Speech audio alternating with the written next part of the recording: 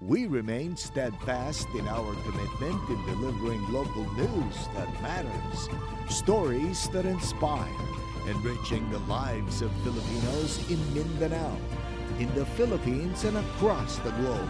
This is your GMA Regional TV, kapuso ng bawat Pilipino.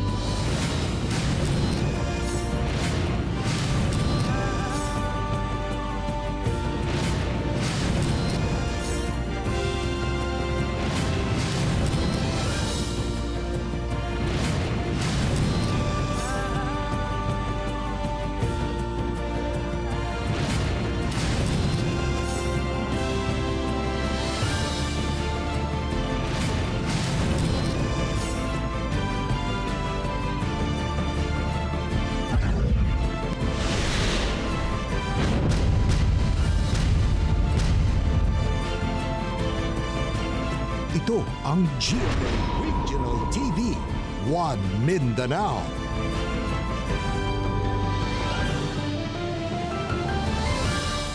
Mayong hapon Mindanao, kini ang GMA Regional TV 1 Mindanao. Hatod namon pinakadagko ug pinakaulahing balita sa Mindanao. Ako si Teco Campo.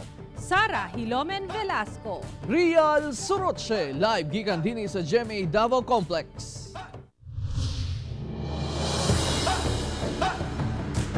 Duha ka managlaing disgrasya na hitabo sa Davao City. Usa niini, nakuhaan pa sa dashcam diin patay ang rider sa motorsiklo. Anyang detalye?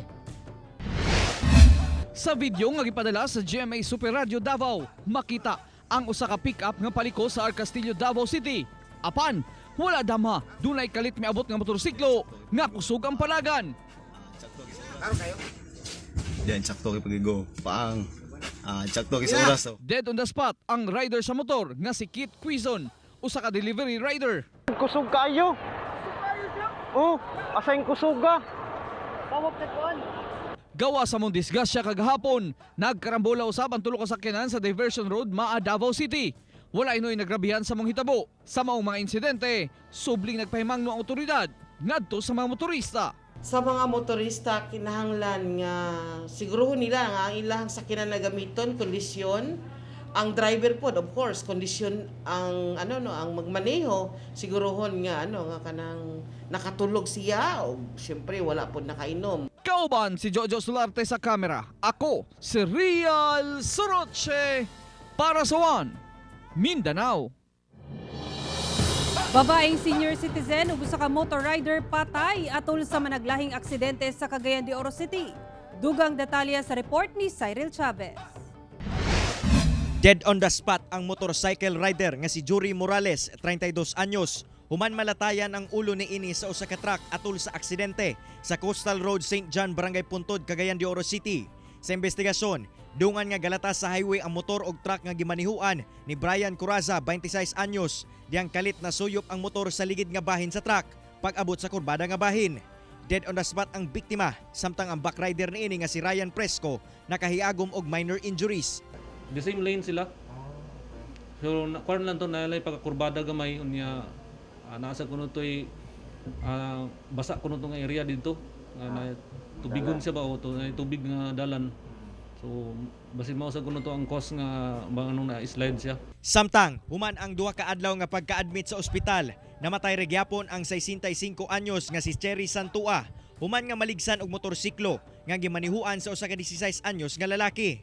Wala kuno mabantay sa sospek ang kalit nga pagtabok sa biktima rason sa aksidente. Kusog sab kuno ang pagpadagan sa minor de edad sa motor. Nagkasabot na ang banay sa biktima og sospek, busa wala nay kaso nga ipasaka. Pahimangno sa otoridad labi na sa mga motorista nga mag-amping kanunay sa pagbiyahe aron malikay sa disgrasya. Mao na namong pahimangno mag-ubi lang sa traffic rules. O dili lang mag-inom kung makainom galing di na gid mag-drive. Kauban si Makoy Sempron sa kamera. Ako Si Cyril Chavez para sa One Mindanao. Sa Capitos ang napalgan luyo sa usa ka balay sa Cabadbaran City sa Agusan del Norte. Nakita sa mag-live-in partner nga sila Ryan Ibanez ug Doris Nunez ang maong fetus luyo sa ilang balay sa Purok 1 West, Kalibunan sa maong syudad. Matod nila, duha ka bata nga nagdula gawa silang balay ang nakakita sa fetus nga walay sinina diyang napalgan. Nasayran sa otoridad nga 6 ka bulan ang maong anghel. Giampuan na lang sa mga opisyal sa barangay ang maong fetus dayon gilubong.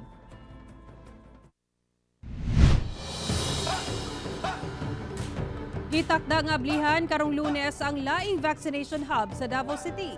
Atong sayro ng detalye niini sa live report ni Sheila Vergara Rubio. Sheila.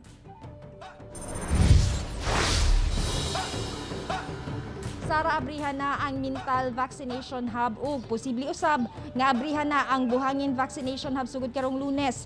Kini aron mas makaakomodar pa og dugang mga mabakunahan. Puno-puno ang Magallanes Elementary School karong adlaw sa mga nagpabakuna og first dose sa Sinovac vaccine. Sila mao ang mga nabilin sa manaunang grupo nga bakunahan sama sa private practitioner nga doctors, dentists, nurses, ingon man mga trabahante sa medical laboratories ug dialysis centers. Anaa sa 800 katao ang kayang mabakunahan sa Magallanes karong adlaw. We are catering priority A1.6 based sa prioritization na scheme sa Department of Health. Kaning A1.6 mao ni sila atong frontline healthcare workers nga dili affiliated or not affiliated in our hospitals. So these are nurses, doctors that are not in our hospitals like moonlighters or our private duty nurses. Yun po. And we're also catering part of A1.6 ating mga freestanding clinics. Samtang karong Lunes, abrihan na ang laing vaccination hub sa Mintal Elementary School. Kung mahatagan pa og dugang bakuna ang Davao City LGU, abrihan usab karong Lunes ang vaccination hub sa Buhangin Elementary School. Samtang murisyum ang pagpabakuna sa Magallanes ug Mabini Elementary Schools. Kami diri karon sa Magallanes, Thursday raman ni kutob kay to consume pud atong bayals karon. Pero kung naapay mag-abot na vaccines nga ihatag sa City Health LGU Davao City kana amuan na pud nang hinahinayan og kuan ni doktora with the vaccine cluster group kay para maka-open na ginahinay sa mga hubs. The more vaccines sa mag-aboard, the more nga naay mag-open na hub. Kaganian sayo sa buntag, naabot ang 28,400 doses sa Sinovac vaccine sa Davao International Airport nga gialokar alang sa Davao Region. Kini na ang ikalimang batch sa bakuna nga naabot sa Davao. Samtang sayo kaganiha, miabot sa Lagindingan Airport ang 23 kakahon nga dunay sulod nga 27,600 vials sa Sinovac vaccine nga gilyong gidala sa cold storage facility sa DOH-10 sa Cagayan de Oro City. Nakatakda kining ipang apod-apod sa naganing lugar sa Northern Mindanao alang sa mga health worker nga naa sa A1 priority list nga wala pa nabakunahan. Sa Zamboanga City, miabot na sab ang dugang 24,000 doses sa Sinovac vaccines alang sa second dose sa mga medical ug health frontliners sa Zamboanga Peninsula. Sara, mga nakalista nga mabakunahan karong Lunes mao ang mga BHERD sa nagkadiyang barangay sa Davao City. Sara. Okay, daghang salamat Sheila Vergara Rubio. Ginatunan karon sa Davao City LGU ang pagmando sa mga employer nga ipailalim sa work from home status ang mga empleyadong magpositibo sa COVID-19 aron padayon nga makadawat og sweldo. Ano ang report ni R. Jill Relator. Karong agresibo ang surveillance testing sa Davao City LGU, usa sa gikabalakan sa mga Davaoenyo kung ugaling magpositibo sa COVID-19. Mao ang dili una makatrabaho o lakip sa mapailawom sa lockdown. Busa buot sa lokal na kagamhanan nga imando ang employer sa empleyadong nagpositibo sa sakit nga asymptomatic nga ibutang kini sa work from home status. Siya dapat andam ang atoang mga employers nga maghatag og trabaho sa atoang mga sa ilahang mga employees para kung man ugali nga dunay mag-positive sa ilahang employee unya kinahanglan ma-isolate and able man pud ang employee because asymptomatic man ang employee dinha sa ato ang PPMF and can work online. Yes. So dapat na gihapon siya deliverables. Dugang sa mayor sa maong pamaagi pwedeng maengganyo ang empleyado nga magpa-swab test Masalbar sab kuno ang negosyo kay gilayong ma-isolate ang magpositibong empleyado aron dili matakdan ang mga kaubanan. Gimando sab sa mayor sa City Veterinarians ug City Agriculture Offices nga mag-prepare og fresh food packs sama sa gulay ug karne aron dili lang canned goods ang mahatag.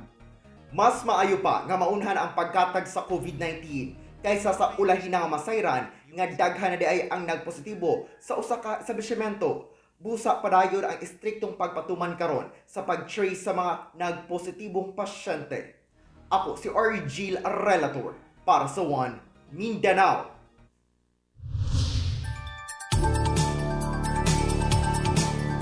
Magpabilin gihapon ulanon ang pipila ka lugar sa Mindanao tungod sa easterlies.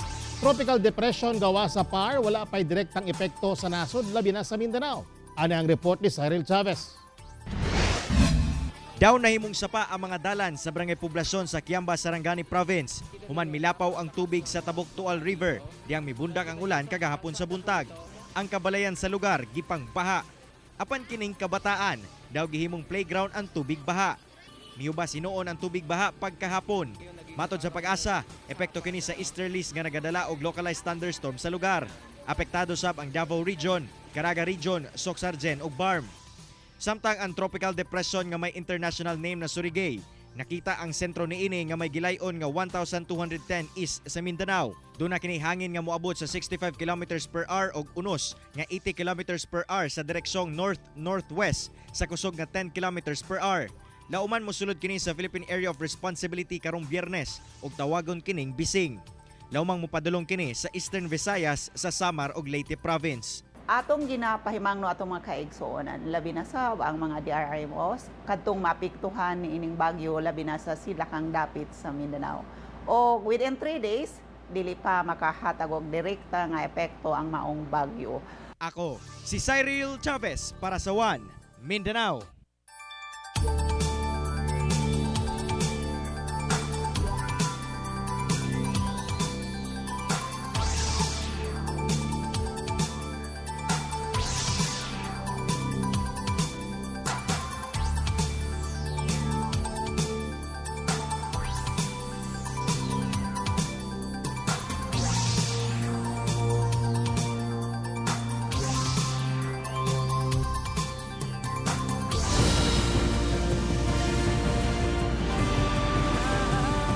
Ito ang GMA Regional TV, One Mindanao.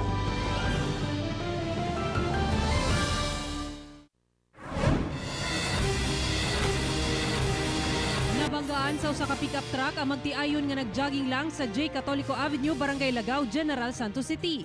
Dead on the spot ang lalaki nga giilang si Ehedio Maroma Valle, 60 anyos, ug kritikal ang kahintang sa asawa nga si Shalimar de Baj Valle, 56 anyos. Sa investigasyon, nakatulog kuno samtang nagmaneho ang driver sa pickup nga si Eljon Molehon Abergonzado, 28 anyos, kinsa mag-atubang karon og kasong reckless imprudence resulting to homicide and physical injury.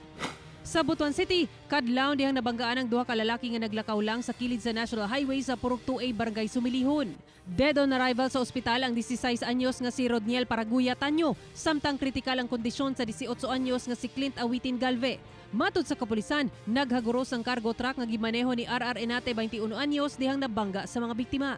Voluntaryong misurrender ang driver sa kapulisan human sa hitabo. Sa Imelda, Zamboanga, Sibugay, napalgang patay ang lalaking si Harvey Lance Butigan, 19 anyos, sa usa ka sapa sa Purok Mabini, Barangay Little Baguio. Sa investigasyon, ang mismong amo sa lalaki ang nakakita sa lawas niini.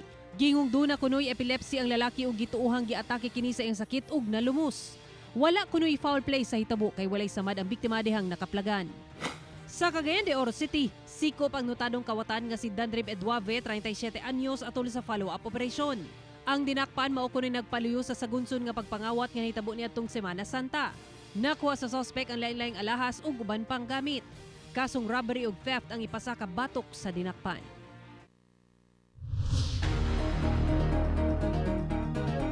Kahera sa usa ka department store nga nabiktima sa budol-budol ug bangga sa Pagadian City. Sa pool sa CCTV, ani ang report. Makita sa video ang usa ka lalaki nga dunay dalang bundle sa kwarta nga nagkantidad og 23,000 pesos nga tag 100 pesos cash. Aron kuno pakambyuhan sa kahera og tag 1,000. makitang giihap sa cashier ang kwartang gipakambyuan ug gani mitabang pa ang suspect. Diang nahumana og ihap, gihatag na sa cashier ang 23,000 pesos nga tag 1,000 pesos cash sa suspect. Apan, human madawat nini ang kwarta, makita nga paspas gikuhaan sa suspect ang kwarta gamit ang tuong kamot, dayon sulod sa bulsa, samtang ginatunol ang ubang kwarta sa cashier gamit ang walang kamot. Buot day kuno sa suspect nga tag 20 pesos ang ikambyo kaniya. Busa, iya na lang kuno kaning iuli ang tag 1,000. Apan, wala na nabantayan sa cashier nga nakuhaan na dayog 10,000 pesos ang iyang kwarta. Human sa insidente, misibat dayon ang suspect. Padayon pang ginapangita o ginaila sa kapulisan ang suspect.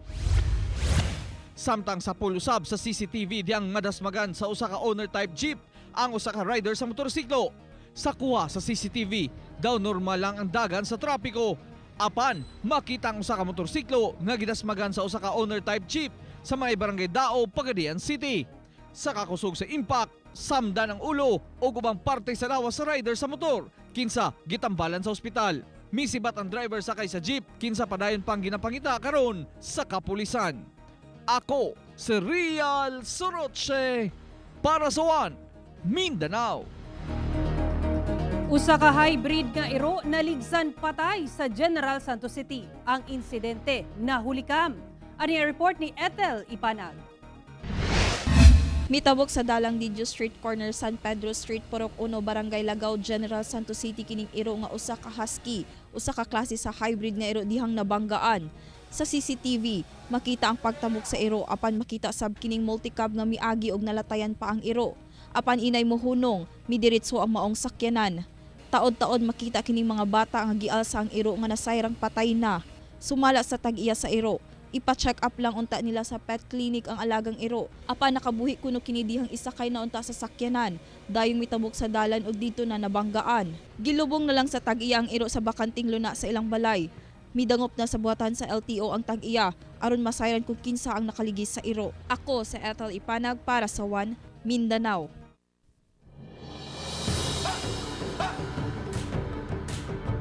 Sa Kidapawan City, kutsilyo nga nalubong sa lawas sa usa ka lalaki sulod sa kapin usa ka tuig, nakuha na anang report.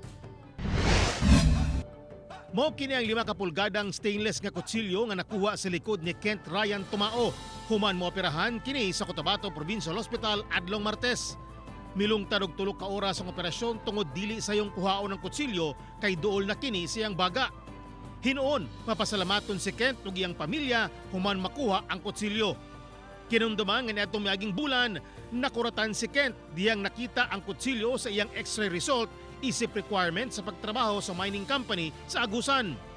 Enero sa milabing tuig, diyang nadunggaban si Kent samtang sakay sa motorsiklo o banang iyang higala sa Kidapawan City. Pagdala kaniya sa ospital, inaipa X-ray, gidiritsog tahi sa doktor ang samad.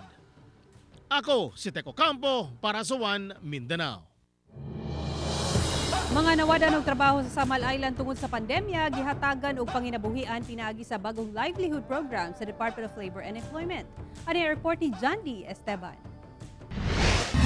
Tungod sa epekto sa COVID-19 pandemic sa turismo sa Samal Island, daghan ang nawad-an og trabaho, labi na sa tourism sector. Aron matabangan ang mga apektadong empleyado, gilusad sa Dole Region 11 ang Project CARES, Concurring for Retrenched Employees in Service Sector.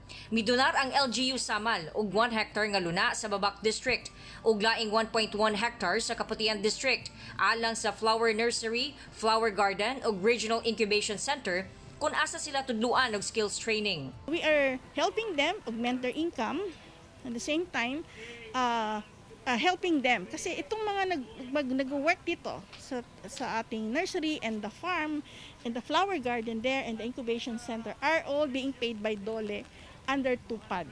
Dako ang matabang niini sa pagpalambo sa turismo sa isla. It's an added attraction that while guests can say lounge or relax in the resorts, pwede sila during the day, no? Pwedeng dagdag siya sa tour nila or a place to visit. Kauban si Mercol Menares sa kamera. Ako si John D. Esteban para sa One Mindanao.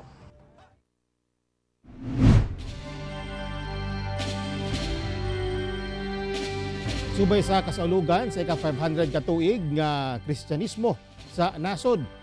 ang gabihan ang Holy Door sa Our Lady of Mediatrix of All Grace Cathedral sa Catapawan City. Samtang kapin 500 katao ang nagpabunyag sa General Santos City. Ano ang report ni Cyril Chavez. Una ang pag-abli, gipahigayon ang reenactment sa pag-abot sa mga misyonaryong Espanyol sa Cebu niadtong tuig 1521 nga gisundan sa prosesyon sa Batang Jesus padulong sa pultahan sa katedral. Kung asa gipahigayon ang ritual una ablihan ng Holy Door. Ang mosulod sa Holy Door hatagan og certification isip pagpamatuod nga misalmon sa kasaulugan sa Kristyanismo sa nasod. Duna sa ikaduhang Holy Door samlang Cotabato. Ang mong mga Holy Door abli hangtod sa Abril sunod tuig. Apan kinahanglan magpa-schedule una ug mutuman sa health protocols. Sa General Santos City, kapin 500 katawo ang gibunyagan pagkakatoliko sa St. Peter and Paul Parish Church sa Barangay Lagaw. By batch ang pagbunyag aron dili magdasok sa simbahan. Usa kanila kining 73 anyos nga lola nga kaniadto nagasimba sa Islam. Samtang dunay uban nga karon lang nagpabunyag ug gikalipay nga katoliko na sila. Gusto ko na nga mataway akong kinabuhi. Magdindot, bugat kasi lawas nga wala nang bunyagan. Happy. Panangimuhang sa nakatoliko na. Sa pagbunyag, gibobo sa mga pari sa ulo sa mga nagpabunyag ang gibasbasang tubig gikan sa pitsil ug aron walay direct contact migamit sa pagkrus sa agtang sa mga gibunyagan. We are worshiping by baptism. Mawala nga ang ginagamit natin tubig kaya ang tubig magalinis. Mahimo kitang bagong tao pinaapi sa tubig o magpala sa atong masala. Ako, si Cyril Chavez para sa One Mindanao. Sa kaigsuon atong lumad nga dunay apan, gitukuran og palay sa kapulisan sa Davao City. Anihang detalye. Atol sa Semana Santa, nabisi ang mga personal sa Baguio Police Station sa Davao City sa pagtukod sa usa ka balay sa Barangay Tawan-Tawan, Baguio District ning syudad. Ang maong balay alang sa usa ka lumad sa lugar nga dunay apan sa iyang pananaw. Nga wala gyud mo pasagdi sa tong gobyerno nga naami kanunay magayuda magtabang sa inyo. Ang amo lang diyan, ang amo lang nga please mahibalumi unya mga hatagan natog solusyon. Ang maong benepisyaryo mao si Giselle Lopez, dunay duha ka anak ug biniyaan sa bana. Hilabihang kalipay ni Giselle, lakip na ang komunidad sa tribo sa maong tabang. Salamat kaayo tungod kay karon murag komportable na siya sa iyang gipuy-an. Murag wala na siya kahadlok nga bation, no? Kay komportable na ang iyang gipuy-an. Nakadawat usab og mga food packs uban pang gamit ang tibok banay ni Giselle. Pagpamatuod kuno ang gibuhat sa Baguio Police Station nga dili lang sa pagbantay sa kalinaw ang ilang trabaho, lakip na ang pagtabang sa nanginahanglan sa bisan unsang aspeto. Kani pamatuod nga ang inyong kapulisan dili lang sa crime prevention kundi apil po dito sa ato ang community relation. Ako si Real Soroche para sa One Mindanao.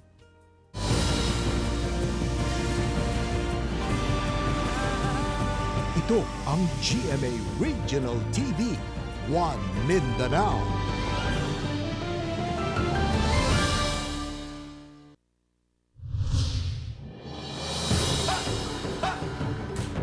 Usa ka amahan sa Cagayan de Oro City gidakop sa mga polis kung ano atong siren sa live report ni Cyril Chavez. Cyril.